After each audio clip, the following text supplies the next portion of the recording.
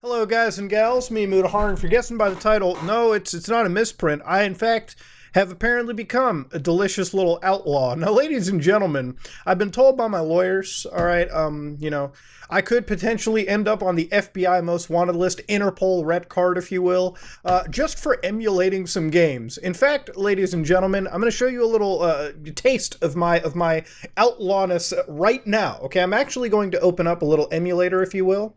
Now, of course, for some of the Nintendo people in the audience that are a bit of the fanboys, you know who you are. This might, spur your weak constitution. Now, as you all can see in this list, I have two games, Astral Chain and Xenoblade Chronicles 3.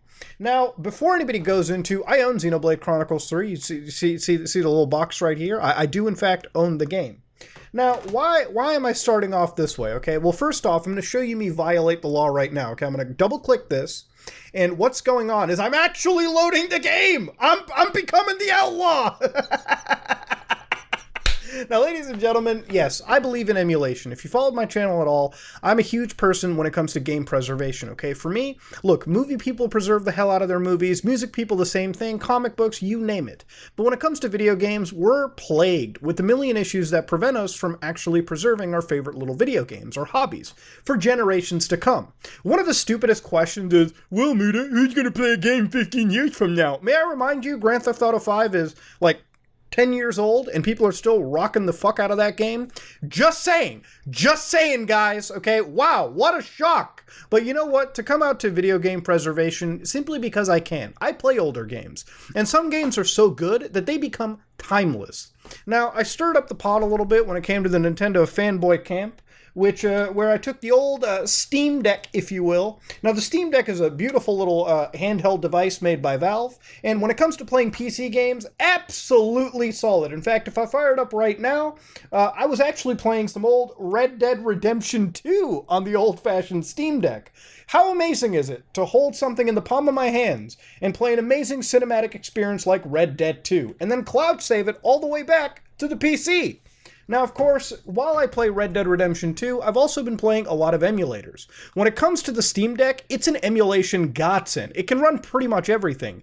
And if you know how to manipulate the interface just a teensy tiny bit, you can make the cleanest emulation box imaginable. Game Boy Advance, PlayStation 1, GameCube, but especially Nintendo Switch. Now, of course, when I travel to places, I'm not carrying, mountains of video game consoles on me. I try to typically have one system and call it a day. Now, for me, that system has now become the old-fashioned Steam Deck. The Steam Deck, for me, is a system I carry with me anywhere I go, when I gotta play games, especially when I'm out traveling around. Now, the only downside to this is the battery life, but that's a whole different video. Now, I basically emulated Xenoblade Chronicles 3 a few days ago, about a week ago, where I said, "Good morning, gamers." And while most people took that tweet and said, "Hell yeah, we're playing some Xenoblade 3, hell yeah, in the morning," a few people called me a thief. Now, before we begin into this, I don't think it's surprising. If you have any history of my channel, you know that I end up getting games pretty early sometimes.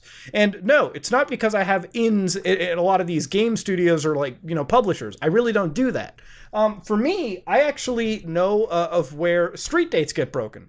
And, when it comes to video game sales, street dates get broken all the time, whether it be in the United States, Europe, Canada, the Middle East. A lot of retailers will oftentimes release games early, and it really isn't a problem between me or Nintendo. It's between Nintendo and the distributor who decided to do that. Now, because of this, I find some places that are willing to sell games earlier that they happen to get. Whatever the reason may be, maybe they're going up against a big corporate store that they're frankly losing to, they'll sell a game early, and I'm there to give them the extra $5 to get this game slightly early. So I ended up getting my copy a bit earlier. Now, this game did also get leaked onto multiple sites, for example 4chan, where it got leaked on V. Now, if it gets leaked anywhere in the world, you probably don't want to download a ROM off the internet. Now, the reason why I don't download ROMs to begin with is A, I don't really partake in piracy unless, of course, that game is completely unavailable. It's not being officially sold anywhere by any publisher, and I can't give the money to somebody. No, I'm not going to go on eBay and give Joe Schmo $3,000 for a fucking copy of Earthbound, okay? Alright, I'm sorry. I liked the $3,000 and I can spend that in other places. The $3,000 isn't gonna go to Nintendo, guys. It's gonna go to Joe Schmo's pocket who's literally coveting this product. That's why, All right. Now, when it comes to buying it officially off of Nintendo's channels, I absolutely 100% do that, which is why, I decided to get an official copy of Xenoblade 3. Look, Nintendo got my money, okay? Nintendo got the money. This is a brand new copy. I didn't even buy it used. Buying a used copy is almost equivalent to basically piracy, because guess what, guys? Even the publishers nor the developers get any money from your sale. You know who gets your sale? The person in between. Joe Schmo. GameStop. You get it, okay? Now, of course, ladies and gentlemen, moving on further beyond that point, I ended up getting the game early, and I decided to use a hacked switch to back up the ROM. Now, this is a hacked switch. I actually have both the OLED switch and the hacked one. So before anybody says, Bermuda, you didn't even have the hardware. I have both hardware, okay? I have both pieces. I have the newer one, and I have the older one. This is a first-generation switch. By basically having a first-generation exploitable switch, you can effectively take one of the Joy-Con rails off, plug in a little jig here, and basically fire up custom firmware. And you can use that custom firmware to stick a cartridge in and dump it onto the micro SD card, which you then take out, put it into your computer, and back it up onto a cloud server somewhere of your choosing. For those of you who don't know, there's bricked versions of Switch ROM files that exist out there. Back in the days of Pokemon Let's Go Eevee and Pokemon Let's Go Pikachu, there were plenty of people releasing malware in the terms of these ROM files, so people would install them onto their Switches and end up bricking them. And unless you had a NAND backup of your Switch, you weren't able to get it back. And of course, good luck sending it to Nintendo. They probably might fix it, and they'll send you an unhackable Switch. So good luck in every capacity. This has not just been a Switch problem, this has been a problem even in the days of the PlayStation Vita, where people would literally release malware that would actually go into your PlayStation Vita and mess around with its cold resets and mounting scripts and effectively brick your system. So yes, you do not run ROMs on your modded hardware out of nowhere. It makes no sense. You gotta be 100% careful. That's why my rule is dump it myself, because then I know there's no malware. Then I know I couldn't infect myself, unless I'm stupid, which, granted, I am. But in this capacity, it's not gonna happen. Now, of course, because of this, there were some Nintendo people that got a little out there, all right? I was called a bit of an outlaw. For instance, let's read this banger. Now, of course, somebody said, go fuck yourself, thief, which is pretty harsh right there. Kind of hurts me in the feelings. Not really. If I paid for a copy, then you have to as well. Fucking outlaw much. Who uses the word cretin in the year 2022? Now, of course, I accepted this request because I keep my DMs pretty open. I don't give a shit. And of course, I said, yeah, here's my copy of Xenoblade Chronicles 3, Lamal. Now, of course, what happens when what happens when a Nintendo fanboy is confronted with some hard truths? You get blocked. All right, simple as that. Now, of course, this is obviously a troll. By no means is this person serious. I hope to God they're not serious. But ladies and gentlemen, it's not just that. There are some people who say his classism over the event makes him even more a douche. What classism did I have, by the way? Did I play it on the Steam Deck? So wait, I bought a slightly more expensive device to emulate the game on. How's that classism? All right, where was the classism in it? How is emulating a game suddenly a class higher? Why are we implementing terms we have no concept of? By the way, if you own any modern game console, you are part of the 1% at this point. Congratulations for being a privileged person in today's society. Now, of course, to sort of relay back to the point, I know that I talk a lot about emulation, but today I really just explained why I'm not a thief, why I end up getting these games, and how I dump them, and how I emulate them. The software that I use to emulate, which in this case for Switch often is the Yuzu emulator, or it's the Ryujinx emulator. I pick one or the other, simply because some provide better compatibility or performance than the other regarding certain titles. You really have to pick and choose which ones you have. But of course, I could just leave this right here. But in reality, I wanted to take this video a step beyond. Because emulation is not just about game preservation, it's about playing games better. Why is it that I would emulate a game on my workstation computer? Well, it's because I want better performance. As you all know, the Nintendo Switch is a pretty weak system. And of course it's a weak system because it's based on an NVIDIA Tegra chipset that was outdated the day that the Switch even came out. Now, of course, I'm not digging at Nintendo for that. Obviously, they made a pretty affordable game console with a library of video games that are absolutely amazing on this little device. And for the most part, it has a 3-hour battery life, especially on this OLED version. I mean, absolutely, it's a great deal to have. And for most people out there, it's a playable system. For me, when I'm playing games like Danganronpa, I'm having a blast on the Nintendo Switch. It runs at 60 frames anyways. But for Xenoblade Chronicles 3, if you've ever played the Xenoblade franchise, these are big, gargantuan, 100+ hour games just for the main story, ladies and gentlemen. They are long games. And of course, not only are they long games, but they're pretty good looking games too. Now, when it comes to the Nintendo Switch, looking at Xenoblade Chronicles 3, it's actually a visual step up over 2, which is saying a lot because Xenoblade Chronicles 2 was a blurry mess on the Switch last I played. Now, Xenoblade Chronicles 3 is also a blurry mess because the game runs under 720p at 30 frames per second.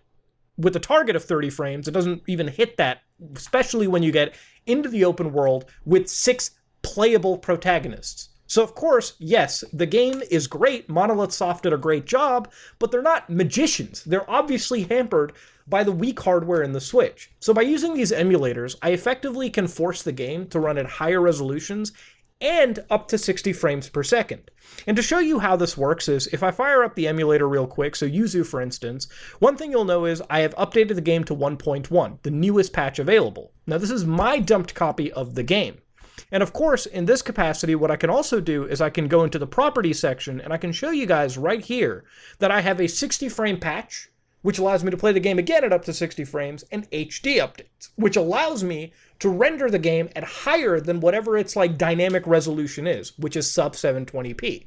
So when I'm blowing this up to this big OLED TV in the back, it's a good looking 4K 60 frame game. And you know what? Granted, some of the textures are a little weakened, because, you know, they're textures from a Switch version of the game, but because of the fluidity and smoothness of the game, I'm having a great time. Now, because I don't want Nintendo to have any chance to take down this video because I'm using their IPs, I'm going to use another game that I own, Astral Chain, out of a bunch of Switch games that I've bought. By the way, I own these games, I dumped them myself. Now, Astral Chain is a game that runs at 30 frames per second. And when I was telling you earlier how I play these games at better capabilities than what they initially showcased, here's the game running at 60 frames at a higher resolution.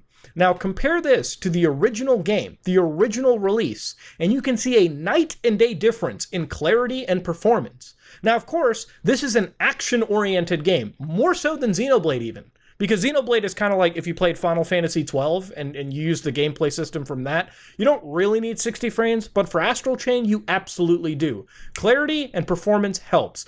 This is how you should play this game, if you can. This is objectively a much more smoother and enjoyable way to play an amazing title that otherwise is hampered on this little handheld device. Now, of course, the Steam Deck has proven one thing. Nintendo has some goddamn serious competition. And if Nintendo wants to compete with anybody in the market, they have to compete with Valve, because Valve has created a product that allows a lot of people to play those indie games on the go at better performances and better frame rates and a better resolution to boot. And if you're emulating games on the Nintendo Switch, that just shows you how weak the actual Switch hardware is. If you're able to emulate this Tegra chipset on this AMD Zen 2 chip that's running in the Steam Deck. Imagine what Steam Deck 2 could do with better hardware and better emulator compatibility down the road when those developers build for this specific device or just computers in general. Because computers are one thing. They get stronger over time, and the stronger they get, the better these emulators are going to run for the average person. You know, I can show you other emulators as well too to further my point. Red Dead Redemption is a game that hasn't seen a re-release at all, alright? Sure, you can buy this on the Xbox store. You can run this through backwards compatibility on Xbox Series S and Xbox Series X, and I believe it goes all the way up to native 4K at 30 frames per second. But there are emulators known as Xenia, which certain builds allow you to play Red Dead Redemption on the PC at up to 60 frames per second, higher resolutions, and even use upsampling technology like FSR. Now in this case, I haven't played this game all the way through, so there's a good chance by the time I get to Mexico, or I get to, Blackwater later in the game, it could face some crashes, it could not be playable, but as my experience goes, this is an absolutely playable experience. There are some bugs, because emulation is not bug-free. This is definitely a game that has some visual bugs, but as a whole, absolutely enjoyable experience. And for people on the PC who only have Red Dead Redemption 2, this is the only way for you to continue the story if you only have a PC. And of course, this preserves the game, because no matter what you say, Xbox 360s, Xbox Ones, Xbox Series devices, and PlayStations will ultimately die out. And if this game doesn't get ported, this is the only way to preserve this game for future generations. And I think most of us can agree Red Dead Redemption is an amazing game by Rockstar that deserves to be played by all. Even beyond this game also comes my other favorite game for the PlayStation 3. Now, in this case, I used RPCS3, which is the PS3 emulator. Now, when I first showcased this ever on my channel, it required a very strong computer, and it still does. But now you can run some games on RPCS3 on mid-range, low-end hardware. Depends on what the game is. Now, in my case, I'm playing MGS4, one of the hardest games to emulate on that system. Now, MGS4 is not getting re-released by fucking Konami, by PlayStation, by anybody.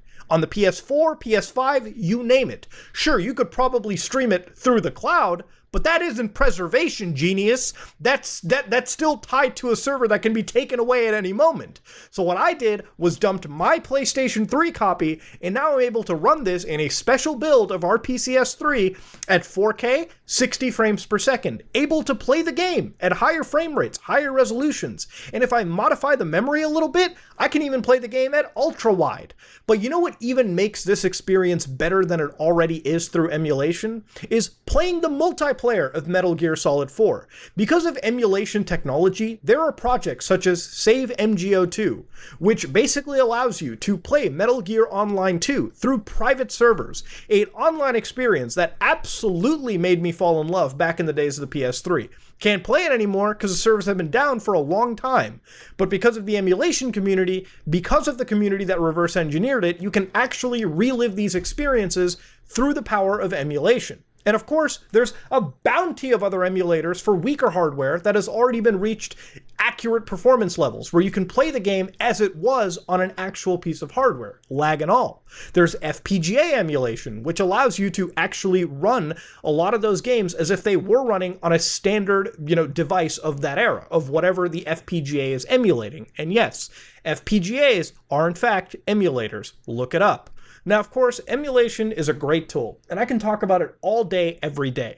But when it comes to the Nintendo fanboy community, one thing that honestly wilds me out is this automatic link between piracy and emulation.